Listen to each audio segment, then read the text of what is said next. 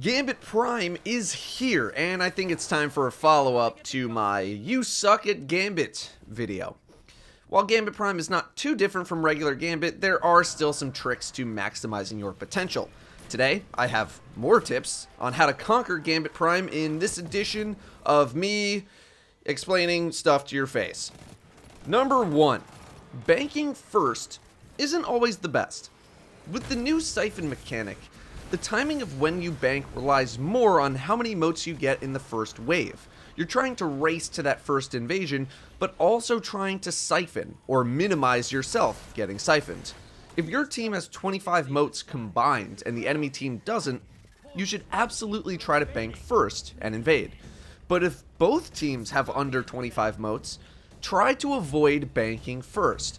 The reason is because if the enemy team sends a bunch of small blockers after you have banked and moved on to the next wave, they're just going to siphon your hard work away. Let the enemy team bank first so you can clear the middle of blockers. This way, when they've gone off to fight other stuff, you can siphon a few motes and potentially get an invasion from said siphoned motes. To clarify, you should let the enemy team bank first, assuming they have 24 motes or fewer combined. If they have 25 or more, then you need to bank to get the first invade or not lose any motes when you are invaded. If you happen to enter a stalemate where both teams may be holding off on banking, then you need to hit 25 as fast as possible, drop everything in, and be the first invader. Number 2. The blockers you send are much more important now. Bungie changed around the blockers that are sent compared to last season. A phalanx for 5 motes used to be pretty good. Spamming them was annoying to deal with, and that was honestly one of the best things you could do. But the phalanx is gone, and we now have the goblin at 5 motes. There's a considerable difference between sending 3 goblins versus a goblin and a captain. 3 goblins are not threatening whatsoever, and are killed very easily without cooldowns, most of the time without special ammo. A goblin and a captain, or 2 captains, on the other hand, are not easily killed targets, giving you a way more threatening presence upon invasion. Captains require special ammo or cooldowns if they're being soloed, knights as well. This also ties into saving until you have 25 motes for that first banking. Sending junk that will just be killed immediately is not really worth it if you can help it. Sure, if you're about to be invaded, or if you all have 5 motes to drop in the bank to proc an invasion, drop them in, but otherwise, planning who gets motes will go a long way. Number 3, watch your friggin' bank! In week 1 of Gambit Prime, I can't tell you how many times I drained an enemy bank to 0 because of the siphon mechanic. It is crippling to lose so many motes to something that the other team doesn't even actively need to keep track of or do anything substantial to make happen. The sentry roll, even if you're not wearing the armor, is so important. Consider hanging back towards your bank when the enemy has a large stockpile of motes to quickly clear your bank. Goblins should be the priority target. I feel like people don't even know that this is a mechanic. However, just permanently staying at the bank is not a good idea because time spent idle is just wasted time. You should try to stay within line of sight of the bank at the very least, but don't just stand there the whole time. Number 4. Because of siphons, just stalling the enemy team is now considered an even more successful invasion. You should always try to time your invasions with a siphon opportunity. A lot of people really like to hide in Gambit, and it's even easier to do in Gambit Prime, at least on the Mars map, because it's so big. But if they're not challenging you as the invader, that means they're probably not challenging the blockers at their bank, which means you are stealing their motes for free. You need to be a bit more aggressive as the invader on the Prime map since they're larger, aka easier to hide on, but with how rampant machine gun usage is and how much ammo you can get for one, that really shouldn't be too much of a problem. But if you're not slaying out, that's okay, as long as you're siphoning. If you're not killing and not siphoning, the enemy does have the opportunity to just carry on as if you're not even there, so you gotta do one or the other. Number 5, timing your invasions is still really important in the boss phase, even more so in Gambit Prime. There is significantly more back and forth with the whole invader versus team trying to deal damage to the boss situation. Ideally, you'll be invading as their third wizard dies and they start to deal damage to their primeval.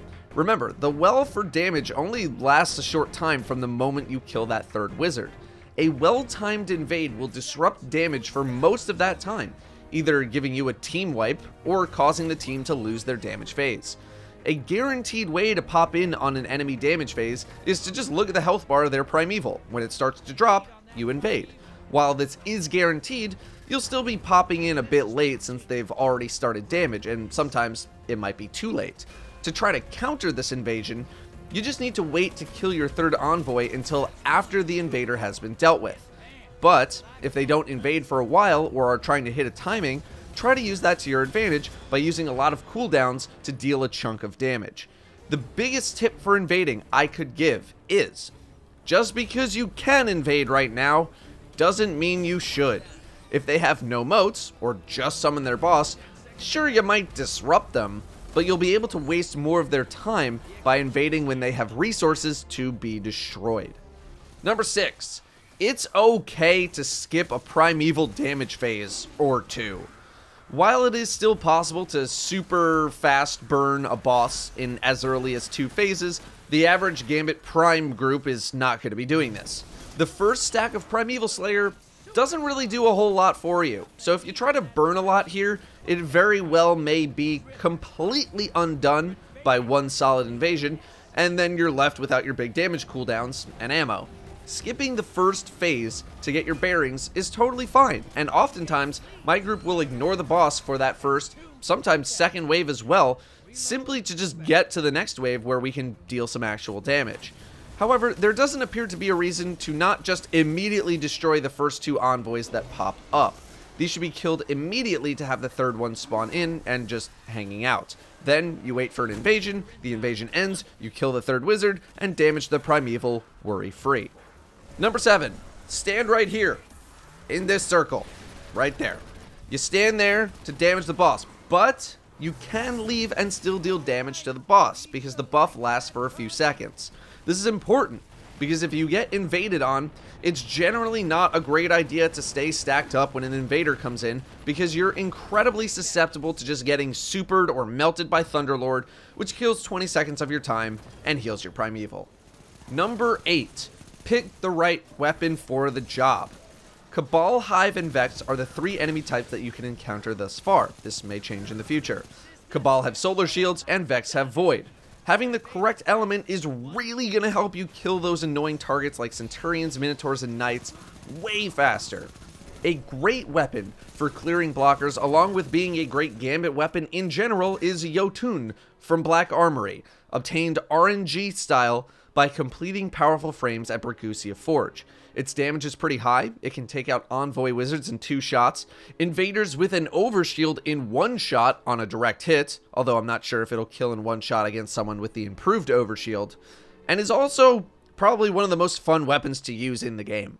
Loaded Question is also good if you abuse the main perk for big targets. Lord of Wolves and Wardcliff Coil are incredibly strong damage dealers and are great for shredding primeval bosses or high-value targets. Also, how about Malfeasance? You know, that gun you worked hard to get only to immediately throw in your vault?